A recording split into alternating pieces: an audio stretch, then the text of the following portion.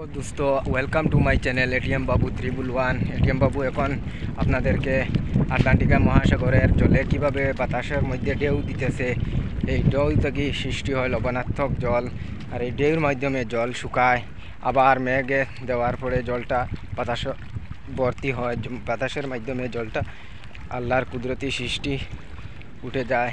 আপনারা দেখতে পাচ্ছেন, ওই দেখেন আটলান্টিকা মহাসাগরের মধ্যে ঢেউ শুরু হয়েছে। আমি এই দ্বীপ থেকে আপনারা দেখাই আর কি পরিমাণ ঢেউ দিয়ে আপনারা দেখতে পাইছেন। এটা হলো আটলান্টিকা মহাসাগর।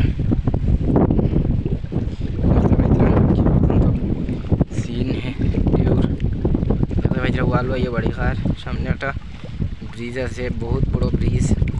এটা ব্রিজ হইল আটলান্টিকা মহাসাগরের উপরে দিয়া। আর দেখেন ইয়াফালে কি পর্যন্ত কিতা করে দেখতে পাইছিলাম। 10তলা বিল্ডিং একটা বুড়াইল আছে, আর ওই সামনে একটা বুড়াইল আছে আনুমানিক 20তলার উপরে হইব। দেখতে কি পর্যন্ত ঢেউ দের, বেহারে ঢেউ দের।